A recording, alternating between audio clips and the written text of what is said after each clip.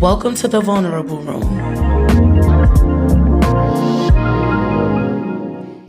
Hey, everybody, and welcome on back to yet another episode of the Vulnerable Room podcast. I am your host, Darnique, and if you are new here, thank you for tapping in. I would like to say welcome, welcome. There's a reason why you're here. I don't know if you were referred by someone or you saw a clip on social media, but nonetheless, I am so glad you're here. And for my day ones, my listeners, thank you so much for tuning in again. So as always, this is a space where we remove the mask, we have honest conversations, we let our hair down, and we are free to talk about all the uncomfortable conversations surrounding adulting. So before we jump into today's episode, I just want to say Happy New Year, Happy 2026. May this year be a prosperous one for you. I hope you all had a great holiday season. And even if your holiday season was a little bit rough, you made it. You made it into the new year, and that's always a plus. I don't know what your themes are this year or any of your New Year resolutions, but I've seen a lot of you all doing like vision boards, talking about your theme for the year. So for me, I would like to share mine. Mine is I'm asking God to order my steps in all aspects of my life, whether it's, through, my employment situation, work, finances, my love life, all the things. So that is my theme for the year. I'm asking God to order my steps. So I just have a few life updates. I know we haven't had this type of one-on-one scenario since episode 1. So, first life update, since we haven't, caught up, let's chat. The pod just turned 3 years old. Happy anniversary to the Vulnerable Room. And it still blows my mind that you guys are still rocking with me 3 years later. Yeah, like 3 years of vulnerability, 3 years of growth, 3 years of community. Like, your support has turned this into something so much more bigger than myself. So I truly appreciate you guys. Second life update. We also hit 200 subscribers on YouTube. If you know how hard it is to grow your following on YouTube, if you know, you know. But I'm truly thankful to finally have hit 200. And we're over 500 followers on Instagram. So big up yourself. And we have hit 2.8K streams on Apple Podcasts and 2.5 streams on Spotify. So I want to say thank you guys, truly, for real, because without you, there would be no Vulnerable Room. We wouldn't have made it this far. So to everyone who listens, watches, shares, comments, or even like quietly supports from afar, thank you. Your support means more to me. Your love means more to me than you know.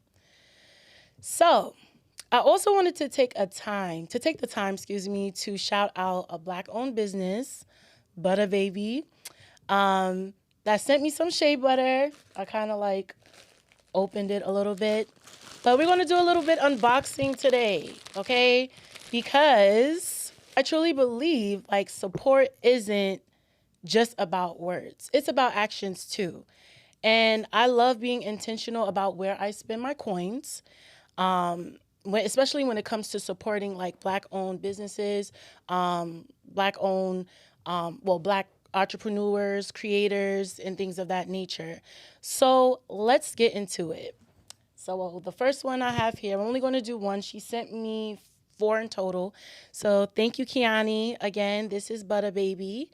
And this scent is called Dragon Fruit Pear. So I'm going to blindly try this. Let's see. So I love a good shea butter. Ooh, okay. Smells very sweet. It's the texture. Okay, Kiani. All right. Okay, yeah. Go support. And it moisturizes very well. I love a good shea butter, okay? And she had a Black Friday sale. So yeah, go support her. I met her actually at a networking event. Ooh, I smell peers. Hold on. Yeah. Yeah, go support my girl. I met her at a networking event and we were able to connect from there back in October. I went to the creative keynotes and I was able to network with a lot of Black creatives. So I'm here to say, when it comes to supporting Black owned businesses, support is free. It's really not that hard. But nonetheless, customer service is great too. Her communication is A1. Kiani, thank you. So yeah, y'all go support Butter Baby. So we're gonna do some quick book reviews. I haven't done this in a minute. So the last time we met, like the last time I did review, it was 3 books I did. But in total, I just want y'all to know, I know I told y'all I had a goal of reading like 35 books last year, but I only read 30. But I'm still going to pat myself on the back because that's still a lot. But the last time we reviewed 3 books, so this time I only have 2 here, but one of them is an audiobook, but I'll be able to pin it with this episode. So the first book that I read is entitled You Made a Fool of Death with Your Beauty, and this is by Akwaeke Emezi. I hope I said her name right. So this book was emotional. It was layered so well and beautifully written. It explores grief, desire, healing in a very raw way. Although some parts were a little uncomfortable, not gonna lie, it was honest and I appreciate that. So I will rate this book a 9 out of 10. The next book here, The Inmate by Frida McFadden. This one had me on edge. I read this also with the book club. I never met a character who was so naive like the one in this book, okay? The plot twist had me stuck. This is a good psychological thriller that keeps you guessing. So I would rate this book a 9 out of 10. The third book, The X by Frida McFadden. Y'all know I love a little Frida. This was another wild ride. This book played with like trust, the perception, and how well you really know someone. Very entertaining, very bingeable. I could not put the book down. So I would rate this a 9 out of 10 only because certain parts it got a little confusing and I had to go back and reread just to make sure I'm understanding correctly. But nonetheless, 9 out of 10, it was a great read, a solid read. So now let's dive into today's topic. Today's topic is entitled Everybody Wants a Village. Everybody wants a village.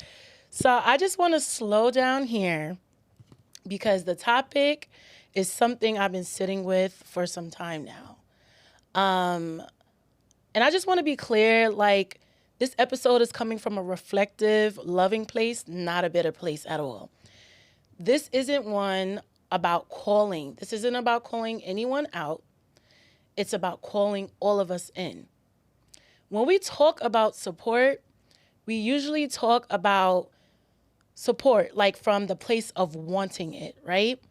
Wanting to be seen, wanting people to show up, wanting encouragement, especially hard or tough seasons. And I want to say this clearly, wanting support is not a flaw. It doesn't mean you're needy. It just makes you human. It just means you're human. By something I've been reflecting on, but something I've been reflecting on lately is this. A village isn't something you demand. It's something you build. And building a village requires participation. So I remember when I first started like this podcast, The Vulnerable Room, right? Before there was consistency, before there was even milestones, before there was really any momentum, I was showing up recording, and sharing even when encouragement was low and engagement was low. There were seasons where it felt like people were just watching, but not necessarily supporting. Seeing people I knew in my views, right? But no engagement whatsoever. Receiving more love from like strangers versus someone I knew used to bother me. And I had to make a decision not to internalize that, or it's just going to harden me. But as I've grown, I realize that it's not always personal. People have different capacities. People are navigating their own lives. And that understanding softened me instead of making me bitter. I want to name something gently but clearly. There is a difference between monitoring and supporting. There is a difference between monitoring and supporting. Monitoring is just watching. Supporting is engaging. Monitoring looks like keeping tabs, seeing everything, being aware, and just not saying anything. Supporting looks like checking in, encouraging, sharing, simply saying, I see you, right? But watching someone's journey is not the same as supporting it.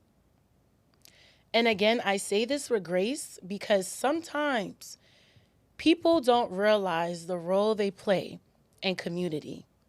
Sometimes people don't know how much small actions really and truly do matter. But the monitoring has to stop. It has to stop. Like I say that with the kindness of my heart, it has to stop. Support doesn't have to be loud or performative. Sometimes it's just as simple as liking the post, leaving a comment, sharing the episode, checking in, saying, I'm proud of you. Small actions, like I said, carry more weight than we do realize. This is where the conversation really matters. Instead of asking, why don't people support me? I started asking, how do I support others? Do I engage with what I consume? Do I show up when it's inconvenient? Am I present in other people's seasons? Because, it's not the Darnique show, although this is the vulnerable room. But in life, you really do have to show up for your people. And I had to check myself too. I had to ask, am I showing up the way I want others to show up for me? Take a second to ask yourself that question. When it really comes down to it, people want a village, but don't always know how to be villagers. People want a village, but don't know how to be villagers. We support celebrities who don't know us from a can of paint. We show up for people who will never know our names, never say thank you, never know our stories. But the people in our real lives, our friends, our family, our peers who are building something, healing and trying, they deserve that same energy, if not more. Support isn't transactional. It doesn't come with a receipt. It doesn't require immediate return. Sometimes you show up simply because it's the right thing to do. I also want to say this because it's important. Support looks different in different seasons, right? Everyone does not have the same capacity all the time. Some seasons you can show up loudly, right? We're going to clap for our friend. We're going to be front row and center. I'm sorry, I keep hitting the mic. Some seasons you show up quietly. Some seasons, all you could do is just offer a prayer, child. And all of that still counts. Being a part of a village doesn't mean you do everything. It means you do something, but not everything. It means being intentional. It means being present. It shows choosing community over consumption. If we want support, right, we have to practice it. If we want community, we have to nurture it. So if there's one thing I hope you take away from this episode is this. If we want a village, we have to learn to be villagers. If we want support, we have to practice it. And if we want community, we have to nurture it. This is not about guilt, making you feel guilty. It's about growth. Finding ways where we could grow in this area of support. I want to leave you with this. Community it's not built by watching. So community isn't built by watching, it's built by simply showing up. Thank you for sitting in this room with me today. Thank you for listening, reflecting, and growing alongside me. If this episode resonated with you, feel free to share it. Leave a comment or send it to someone who might need it. I love you all. Be safe, and remember, support is free. Bye. All right. So, butter baby, this is the lavender and coconut milk. Let's see. Hold on. I like a little smell goods. Ooh. Okay.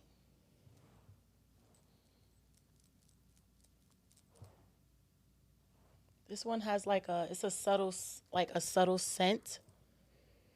So it's not as potent, but I feel like this is soft. I will wear this like when I get out the shower and I'm just staying home and I just want to moisturize and get into my nice silk pajamas. Yeah, this is what I'll be wearing. Now, I have two more. Hold on. This one is strawberry vanilla whip. Love me a strawberry. Okay, so let's see. Oh, hold on. I'm gonna use this hand now. Hold on. This right here, it's giving edible arrangement. You know what this smells like the Lifesavers from back in the day. Do y'all remember those strawberry Lifesavers? Maybe your grandmother kept them in her pot. Maybe your grandmother kept it in her purse. This is what this smells like. Yeah. Yeah, this the one. Hold on. And then I have one more. Okay. This one is called Bomb. Okay, hold on. Hold on. Oh, yeah. Hold on. I know I keep saying hold on. I get excited with small goods.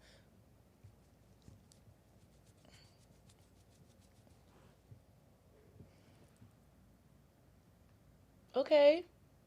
This has a subtle scent too. So okay, I smell a little mango. Definitely, of course, shea butter. Yeah. So this has a soft scent to it. Look at this. And I'll just wash my hands. I need to actually put some on because my hands is kind of ashy.